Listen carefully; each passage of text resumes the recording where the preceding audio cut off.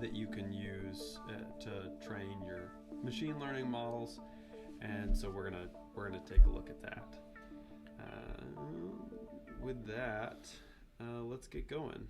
Yeah, we have been dealing with we as a research community have been dealing with a lot of big data, and big data generally means that you have a data set with hundreds of features at a time, and this feature extraction technique should help you in reducing those features in a way that can be useful for your machine learning algorithms.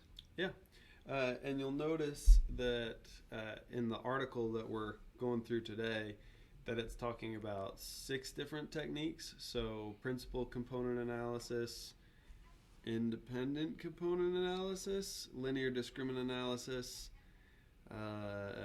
LLE-T-SNE, I don't know what the acronyms stand for, but we'll get there eventually, and then AE, which stands for autoencoders. So there's a lot of different ways to do this. In this particular video, we're just going to attack the first 3, the principal component analysis, independent component analysis, and linear discriminant analysis. And then we'll save the last 3 for another time. Next week, we will have a researcher from UAB, Noha, who just published a paper using data science for her research. And so that's really exciting and fun, all the stuff that she's been able to do with the types of things that we've been learning here.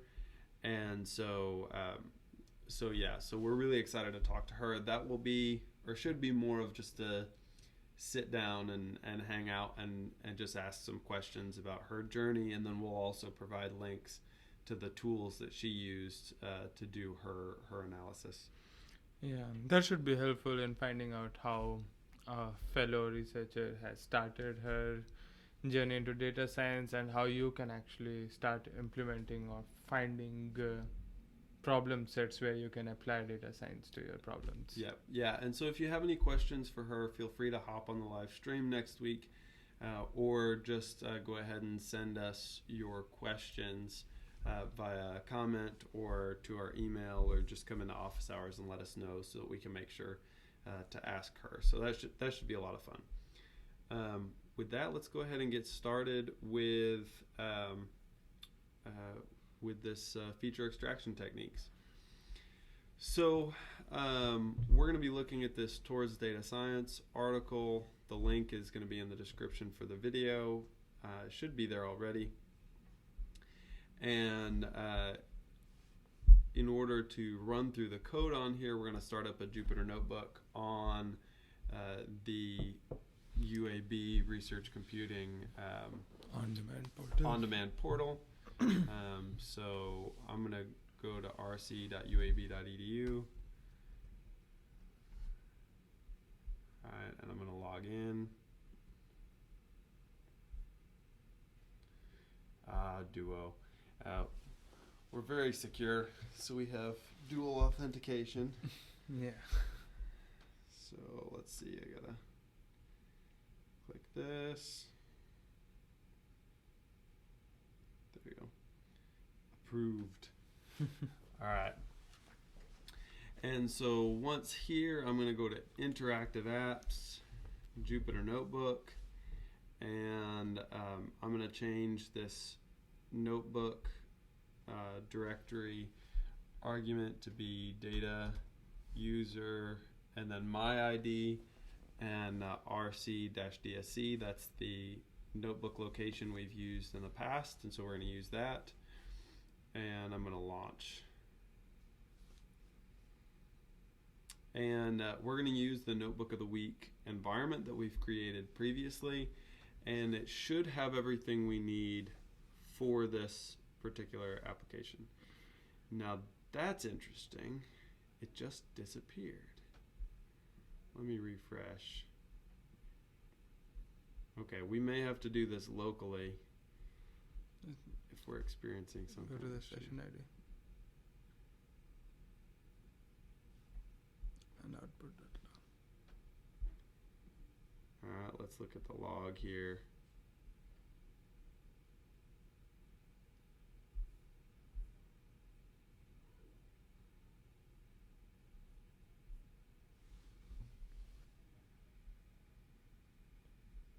not seeing anything. Oh, okay. Go back to your launching Jupyter. Okay. And what's the Anaconda 3 module that you're loading? Specify 5.3.0. I'm sorry, just this morning I installed 5.3.1.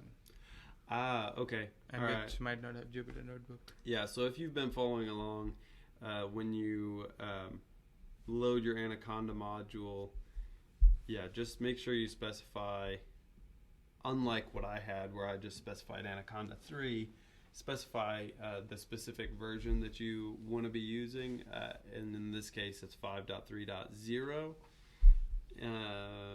and that should give you longer compatibility. Yeah, it's generally a good idea to specify your versions because a lot of times, if you are using Python, a lot of times your packages that work with one version might not work with another version. With Python is generally still decent enough in doing this. But especially if you are using R or some other language, which is very finicky about which version you install the package from.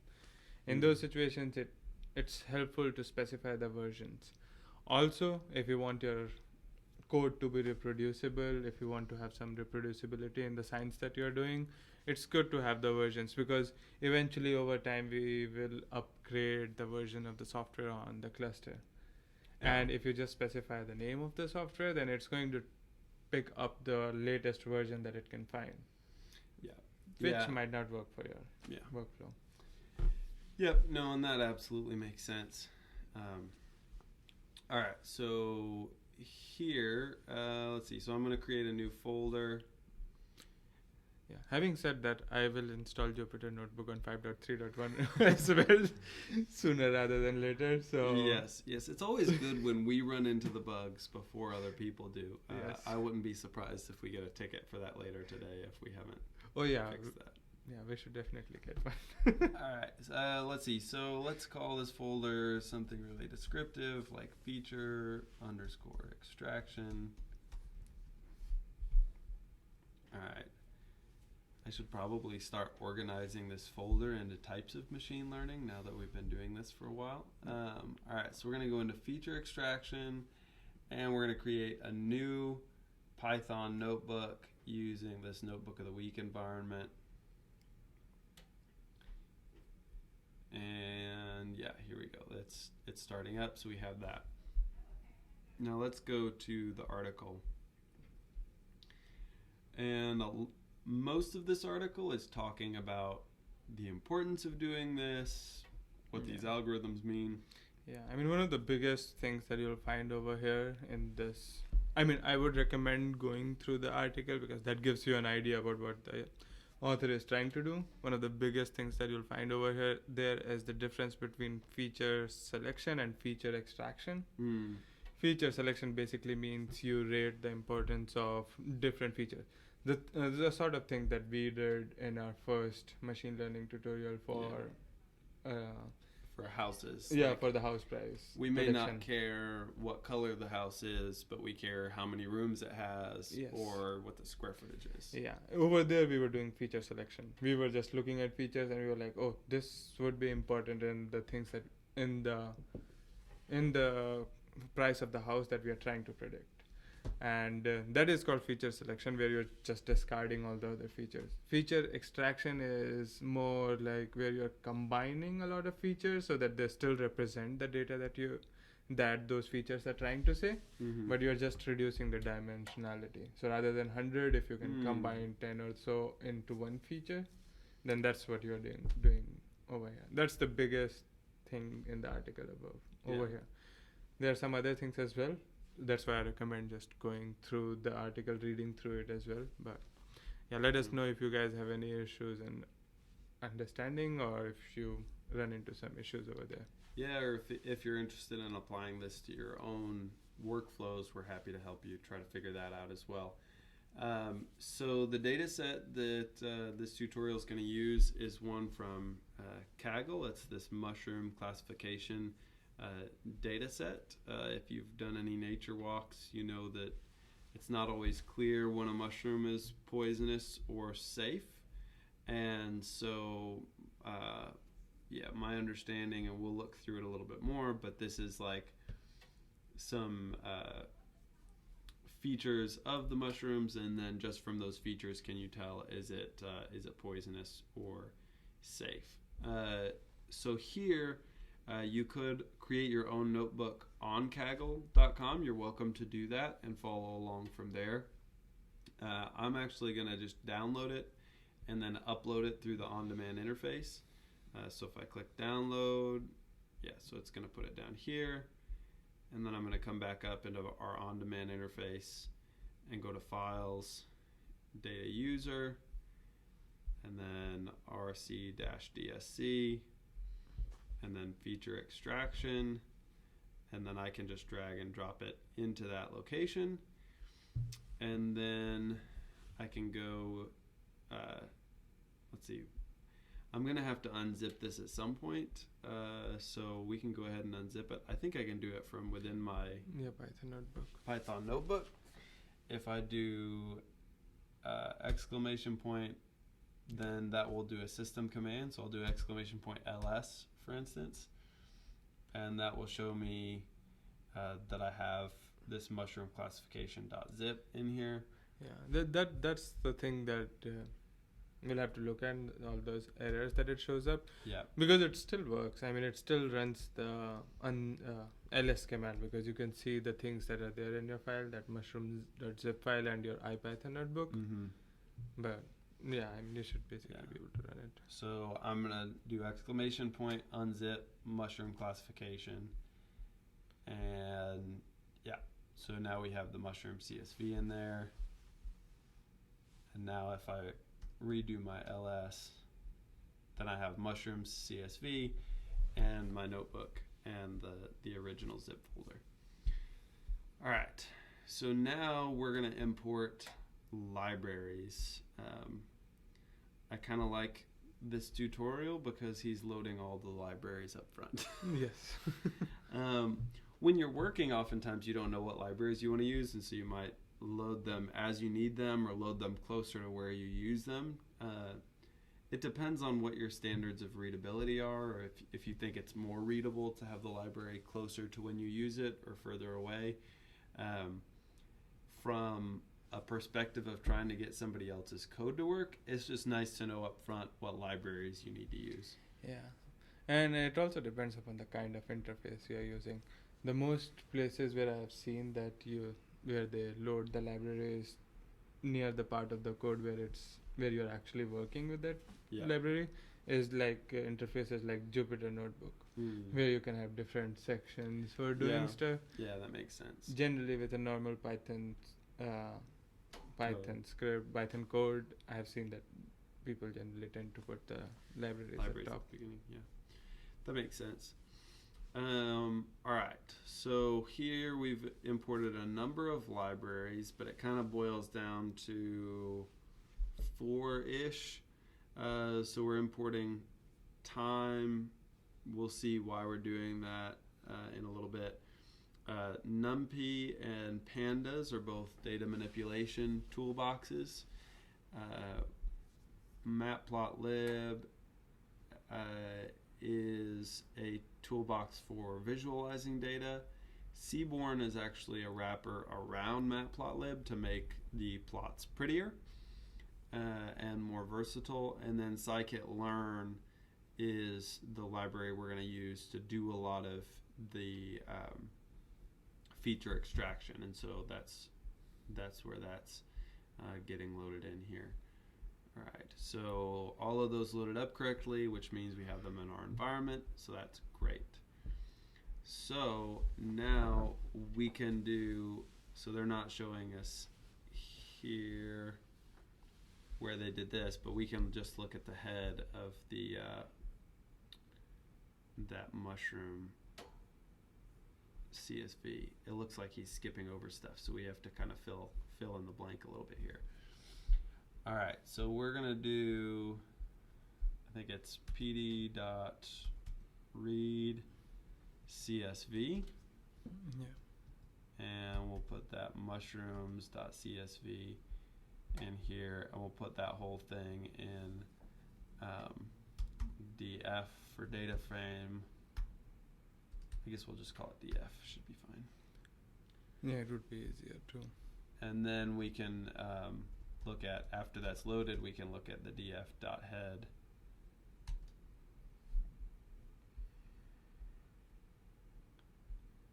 And so, yeah, so there we can see, oh, yeah, there we go. So yeah, doing the header, we can see what all those things look like. So yeah, there's 23 columns.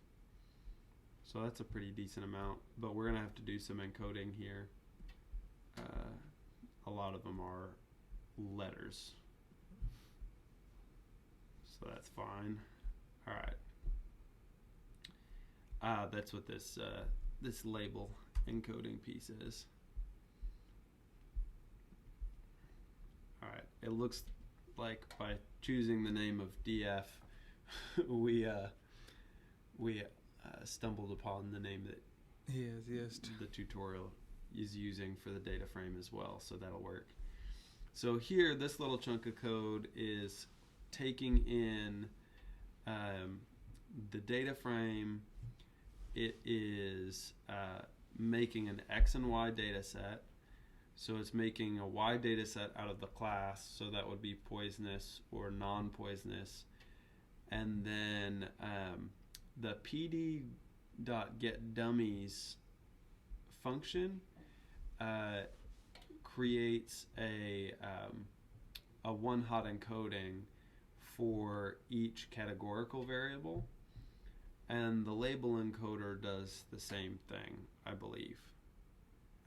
So it's just kind of two different ways of doing this, but the label encoder is more specifically for creating the target vector for a machine learning thing. And then standard scaler makes sure that all of our variables are going between the same, in the same range. So they're normalized. That'll make it easier to do our learning later. Okay. All right.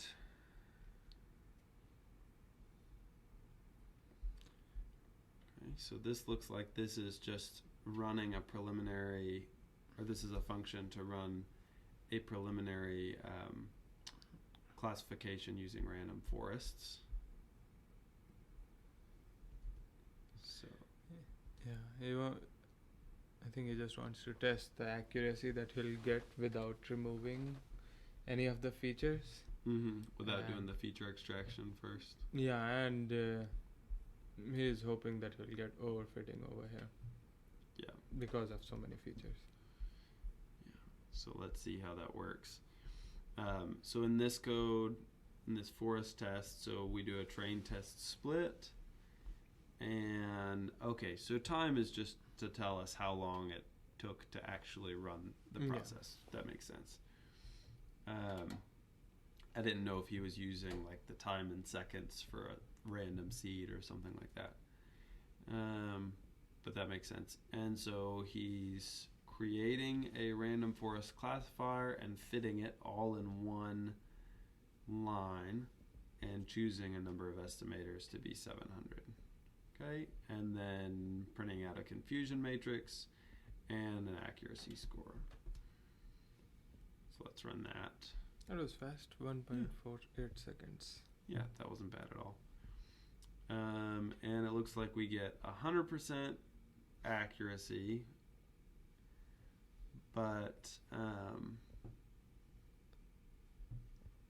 yeah, that's what that looks like. Yeah, so it's 100% accuracy. And like we have already mentioned in a lot of our videos earlier, that if you get 100% accuracy, there is a very good chance that you have overfitted your model. And so overfitting looks good over here that you have 100% accuracy, but as soon as you introduce another data set, there is a very good chance that it might not work. Yeah, I mean, it's interesting because this is getting 100% accuracy on the testing data set, which would be an indication that it's not overfitting. But you definitely have to see more data. But maybe this is just a simple enough data set that it really can get 100% accuracy. But we'll see. Maybe there's a plot twist later coming. Yeah.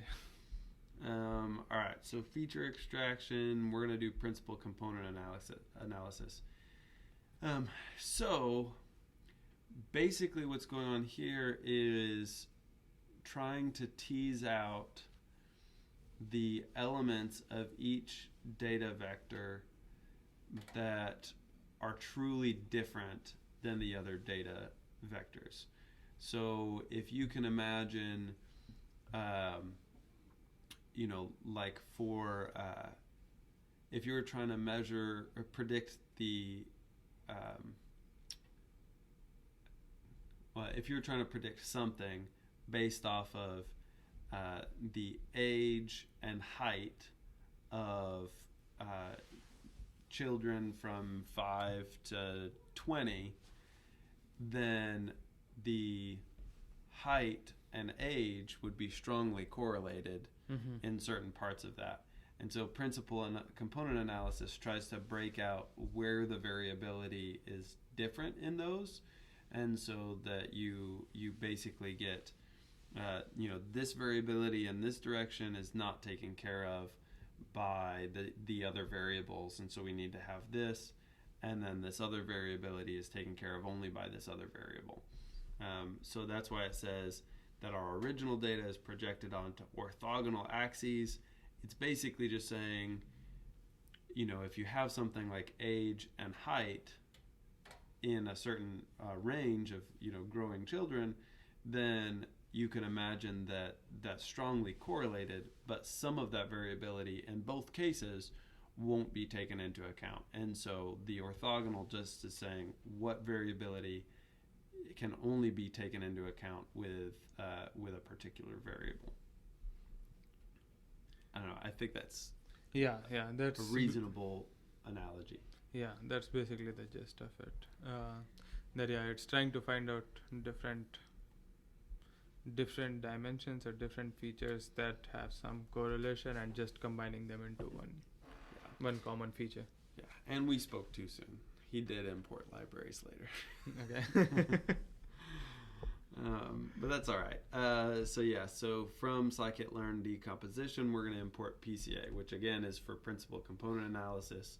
And the principal components are that principal amount of variability on the different orthogonal axes in your data space, which is a lot of fancy words. Yes. And so this is how it looks. So after some of our, I don't know if you found the explanation complicated, just keep in mind that actually implementing this part is super simple. You already have a library for it called PCA. And yeah, it's doing a lot of complicated things in the background, like taking eigenvectors and all that kind of stuff, which even doing all of that isn't super duper complicated, but it's nice to have the function that you can call to do this.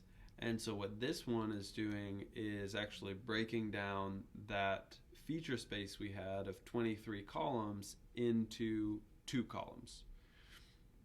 So, the positive side of this is we have 2 columns instead of 23. The downside is maybe it's a little bit difficult to tell just from these 2 columns which of the features from the original space are the most important. And so you might lose a little bit in terms of data explainability here. But this transform does nicely. Let's see if we have a way of telling how much variability is taken into account by those things. This is a nice scatter plot of the data.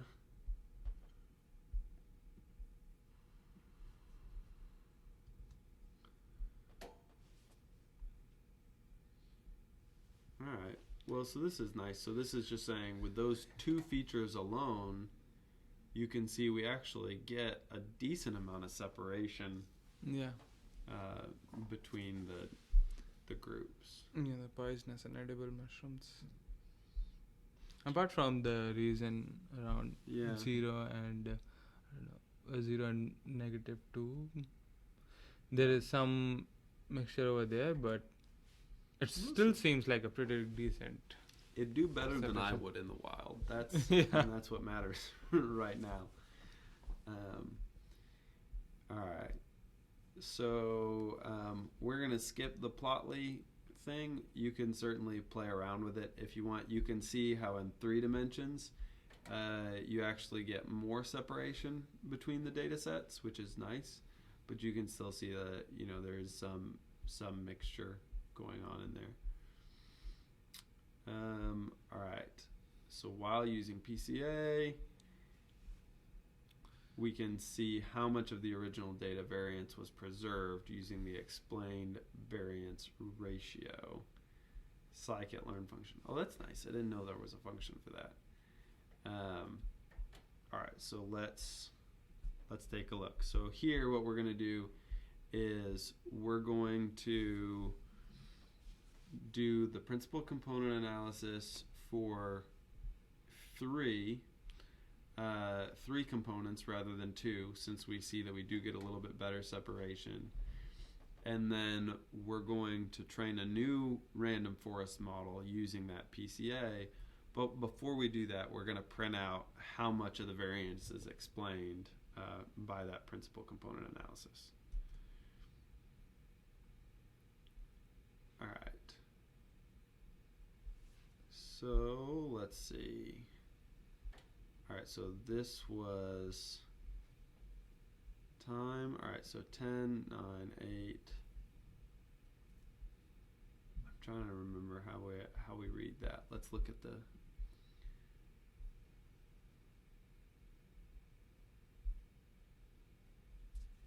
cumulative explained variance ratio in percent.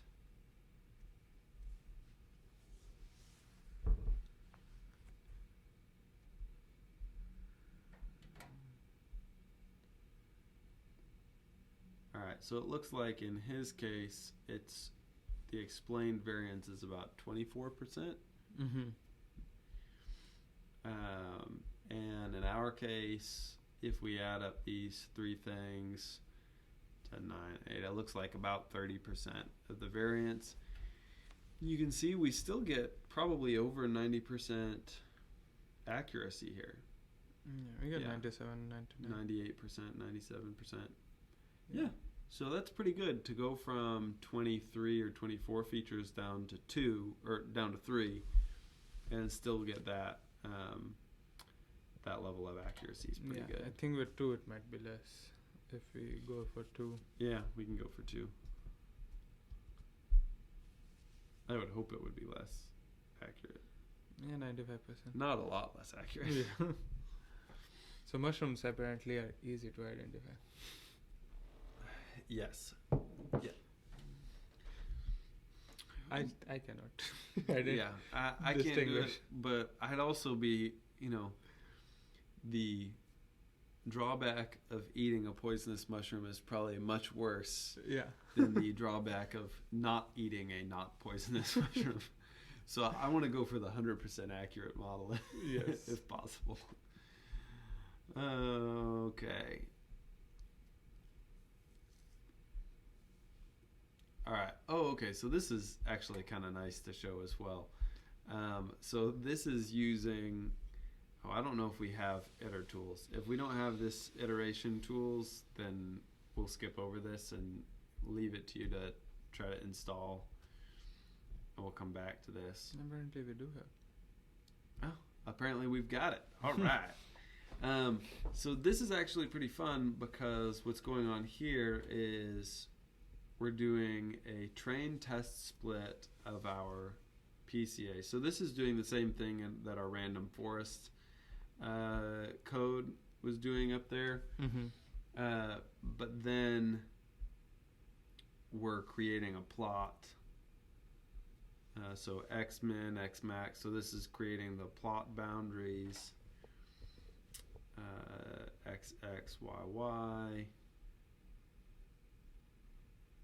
All right. Mesh grid. All right. So this is doing a little bit of magic to basically just take that random forest plot or random forest model and plot that space on here so you can see where the boundaries are for that random forest model. So it seems, so blue is the area that's poisonous? Yeah, let's look back up here. So blue would be edible. Okay. So the blue is the area where edible ones are, and Yep. alright. And it does look like overall it's classifying it the way that I would like it to classify it, Yeah. where it's classifying more of them as poisonous rather than not poisonous, but it's kind of impossible to see exactly what's going on underneath here. All right, so now independent component analysis. Independent is not a word. All right. Let's see. So features can be considered independent if both their linear and nonlinear dependence is equal to 0. So this is kind of like the statistical thing where you're seeing which of your elements that you're bringing into your model are truly independent or not. A lot of times our things aren't truly independent. Yeah, I don't know. Do you have good thoughts about a nice way to explain independent component analysis? Not really. I mean, this one seems much closer to feature selection portion that we have, where you are not actually doing it on your own. All the different libraries, they're going to look at different features and try to see if they if they are independent or if they have relation to someone else, some other feature or not. If they are independent, they might keep it, or if they have dependent on something else, they might try to remove that feature. So I gotcha. Yeah, so this example in the article says that if you had two people talking at the same time, so if in this recording Ravi and I started talking simultaneously using independent component analysis, we could actually try to separate Ravi's voice from mine. Since those are truly independent things, his voice doesn't rely on my voice. Yeah. But let's see how it works. So similarly, we got to pick the number of components, but also similar, it is like 2 lines of code. So we can pop that in here and see 97, 98%. So again, using this independent component analysis, we get a similar like 98% accuracy with just 3 components rather than using all 23. Yeah. And then let's see, they have another animation for us, which looks similar to the other one that we did. Yeah. All right, so linear discriminant analysis. All right, so linear discriminant analysis is a supervised learning dimensionality reduction technique and machine learning classifier. So when we break that out, what's actually going on is we could use linear discriminant analysis to actually just do our machine learning project for us, or we could use it as a preliminary method to reduce the dimensionality of our data to go into another machine learning technique. This assumes that the data is following a Gaussian distribution. And so just like you wouldn't want to run a t-test in statistics on data that wasn't normal, in an ideal situation. Here, if your data is not following a Gaussian distribution, you're not going to want to run linear discriminant analysis because your data isn't linear. And so if your data doesn't have linear relationships, then it's this is probably not the right method. But we can take a look at it.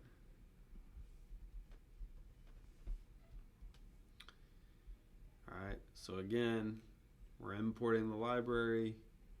We're running it saying I want one component, and then running the fit to transform the X data, and then the reduced number of features is one feature. So we have one feature out of this. All right. So after we have our one feature, that's interesting. Let's see what their accuracy is. So here we get 100% accuracy with. So that feature must be very, very important. Yes. Yeah. So somehow it's essentially, I guess, using something like an x squared function kind of thing to combine all of the features that we have in a linear fashion. Yeah. My understanding is, so if you take a look at the graph above. Which one? This one? Yeah, I think it's, so you can see two different classes, poisonous and edible, and the LDA is just trying to maximize the distance between two classes. So there is a real discrimination or real difference between those two classes. Gotcha. That makes sense. Yeah, I mean, like the distance that you see between this one where the orange and the blue one are very close, this LDA model might not be happy with that. But the ones that you see on the left side, that orange and that blue, that's what it wants to achieve, that there is a clear distinction between. Yeah, that's good. And all the three models that we have discussed today depend upon the linear feature of our linear dependence of our features. And so with that, I think let's see, so we've got one more plot that we can do here to show the linear discriminant analysis separation. Somebody's knocking on our door pretty heavily. Let me go and check. Alright, Ravi's gonna go see what's going on. So let me just plot this here. Supposed to be putting a phone in 04C.